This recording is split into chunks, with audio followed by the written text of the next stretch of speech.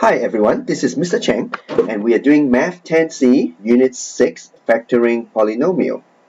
Now last week we looked at Unit 5 Expanding Polynomial. For example, if I give you 2x plus 1 multiplied with 3x minus 5, let's say, alright, well, what are you supposed to do? You're supposed to FOIL.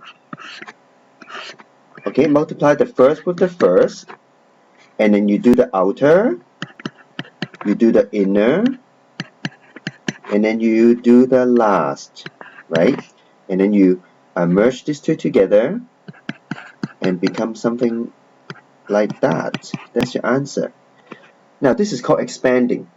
In this unit, the question you'll be given is the answer from the expanding and now ask you to put it back into its factoring form. This is an expanded form, factoring, which means put it back into a product. So which two binomial, when you multiply, will give you that trinomial? Well, the answer is this one because we just did that. Well, in this lesson, you're going to find out how. Alright? So let's see. Let's look at different types of question. Alright? You have taking out common factors. You have factoring trinomial of this form, x squared plus bx plus c. So there's no a here, no number in the front, which means this is 1. So we call that the easy case. The hard case is very similar, except you have a in the front. You have a number other than 1 in the front that make it more difficult. And then we have some special case. We call that the difference of squares. And then finally, factoring 4 terms. And then we have a table that summarizes everything we learned in this lesson. Okay, let's go back to the beginning. Alright, so in here, this example, the example on the top is a hard trinomial because you start with a number other than 1. So it's a hard trinomial. It's the type C question. Okay, so let's move on. Let's try type A question. The type A question is not this type. This example give you, whenever you multiply two binomial, will give you a trinomial in a particular form. What form are we talking about? X squared, x1, and then no x. So whenever you have that pattern, you know you can factoring into two binomial. Now, however, if you don't have such pattern or other pattern, then you won't get that. Then the only thing you can factor out is take out common factors. Here you have xyz, xy, yz is not the x squared, x and nothing pattern. So you just take out whatever is common between these three terms. 1, 2, 3 terms. So let's look at the number. What's common? 3 is common. Look at the variable. What's common? X is common. Y is common between the first two but not the last. You only take out common factor among all of them. So in here, out of all 3 terms, you can only take out 3x. Then you take out 3x from every terms here. Alright? So your answer will have 3 terms with each taking out a 3x. Take it out means you divide by 3x. So 9x, y, z, take out 3x is 3yz. Alright? 6xy takes out 3x is 2y with a plus. And negative 15 take out 3 is negative 5. xz take out x is z. Right? Just try to follow and see what's happened. And when you expand it, when you put it back, you will get the exact answer back here. Okay, so it's just a reverse operation. It's an opposite operation. Okay, same for here. Among these 3 terms, what's common? 14, 21, negative 37, 35. You can take out a 7. A2, A3, A2. You can take out A2. B3, B5, B4. You can pick out B3. You can take out the lowest. You don't need the brackets here. Alright. And then C, C2, C3 can take out C. So that's what you can take out from these 3 terms. 7a squared b3c. And then from each term now you take that out. So end up with just a 2 here. You just end up with a 2. All the variables are taken out. 3a, b, 2, c. Finally, negative 5, b, c, 2. Okay? Alright, the next one is an interesting example. It may be hard to see at the beginning. Now, factoring is take out common factors. If you look here, how can I read this whole expression? You can read this 2 as one big term. This term is the product of 3x and then bracket x plus 5. Well, you say, well, x plus 5, isn't it 2 terms? It is, but now in the bracket, let's treat them as one unit. So you have 3 times x times something called x plus 5 together, okay? And then here, negative 2 times x plus 5. So you have 2 big terms here. Among these 2 big terms, what's common? Well, you look here, the numbers are not common, x is not common, but the whole x plus 5 is common. So what interesting is, here, between these 2 big terms, okay, when I make a term, the minus sign go to the second term, what I can take out is the x plus 5 is common. So let's take out x plus 5, that's common between these 2 terms, and you end with just 2 terms with x plus 5 taken out. So the first time you take out x plus 5, you end with 3x. The second time you take out x plus 5, you end up with negative 2. So this whole thing becomes this. Alright, isn't it interesting? Same here, okay? Just how do you read it? This is one big term, this is one big term, even though each term is a mixture of some product. But here, 3 minus a is common between this term. If you now take it out, a plus nothing, well, it's not nothing, it's a plus 1. Okay? So make sure you understand this example. Now, finally, the last one. Alright, I have x and x minus 2, that's one term. And then 2 and 2 minus x, that's another. Oh, nothing in common. Alright? But we learned a trick last time. That is, x minus 2 and 2 minus x, what's the relationship? X minus 2 and 2 minus x, they are negative of each other. So, they are negative of each other. X minus 2 equal to negative bracket 2 minus x. If you expand it, you can see is negative 2 plus x. So therefore, it's equal to x minus 2. So generally, a minus b is same as b minus a negative, or vice versa. Okay? So whenever you have a negative binomial, if you swap the 2 numbers in between, you just need to introduce a negative in the front. So here, the math trick I'm going to use is I'm going to swap this around, and then by introducing a negative in front of this term, if you add put a negative in front of this plus 2, it becomes negative 2. Okay, this is one big term together. So by swapping, I introduce a negative in this term. Now I see something in common, which is the x minus 2. So between these 2 big terms, I can take out x minus 2.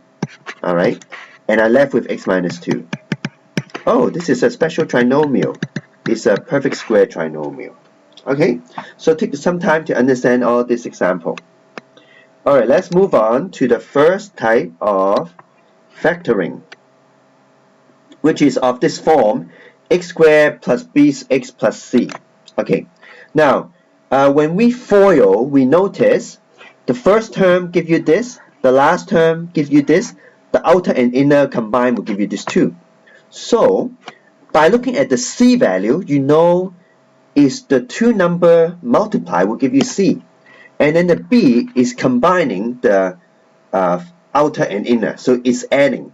So when you have a trinomial in this form, x squared, x and then a number, what you need to do is you need to think of 2 numbers which when you multiply will give you 12. Alright, so set up it this way.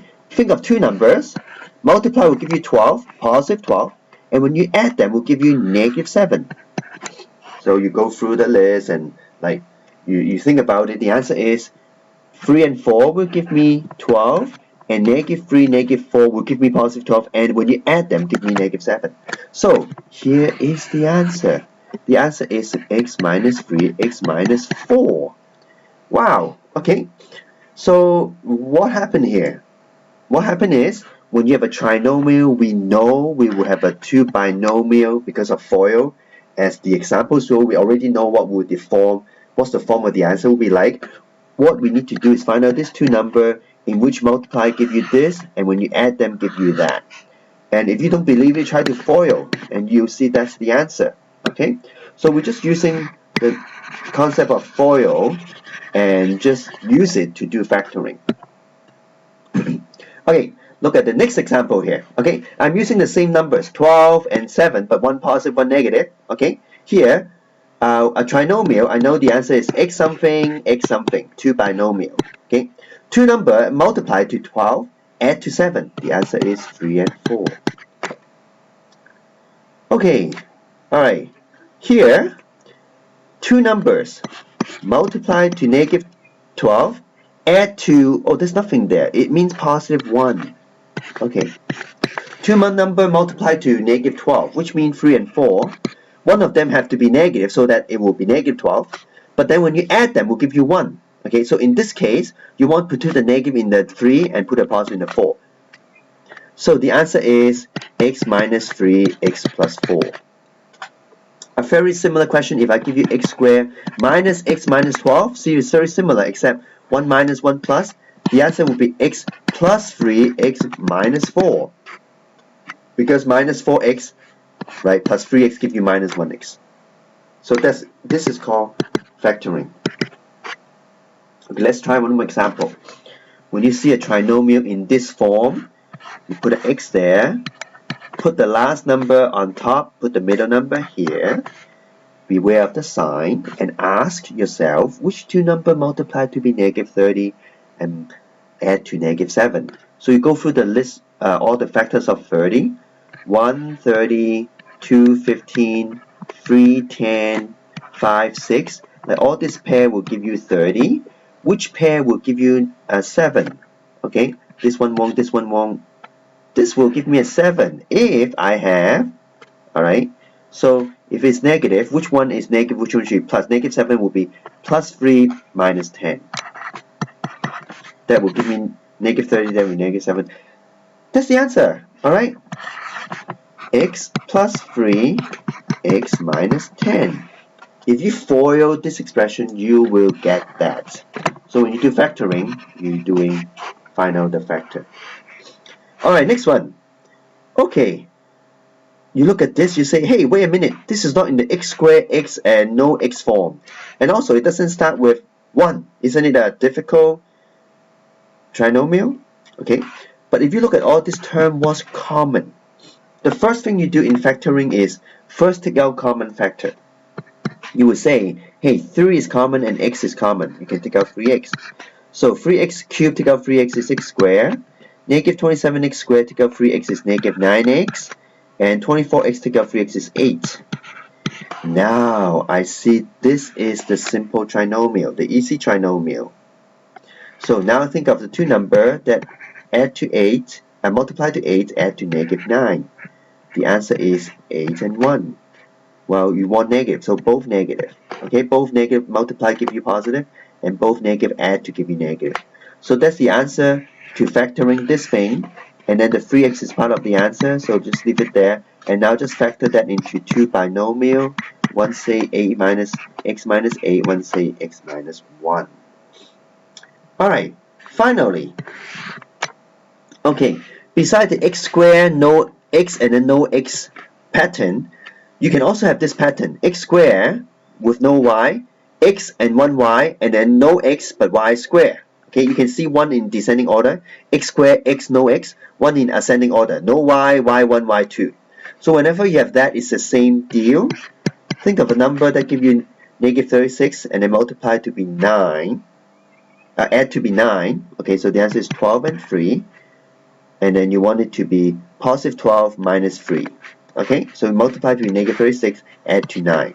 Now that's the answer. Okay, but except just having x, if you just have x, if you just have it like this, well then it will be just x squared and then 9x and then minus 36. Where does the y come from? The y come from adding a y there. So when you multiply them, you will see the last term will be negative 36y squared.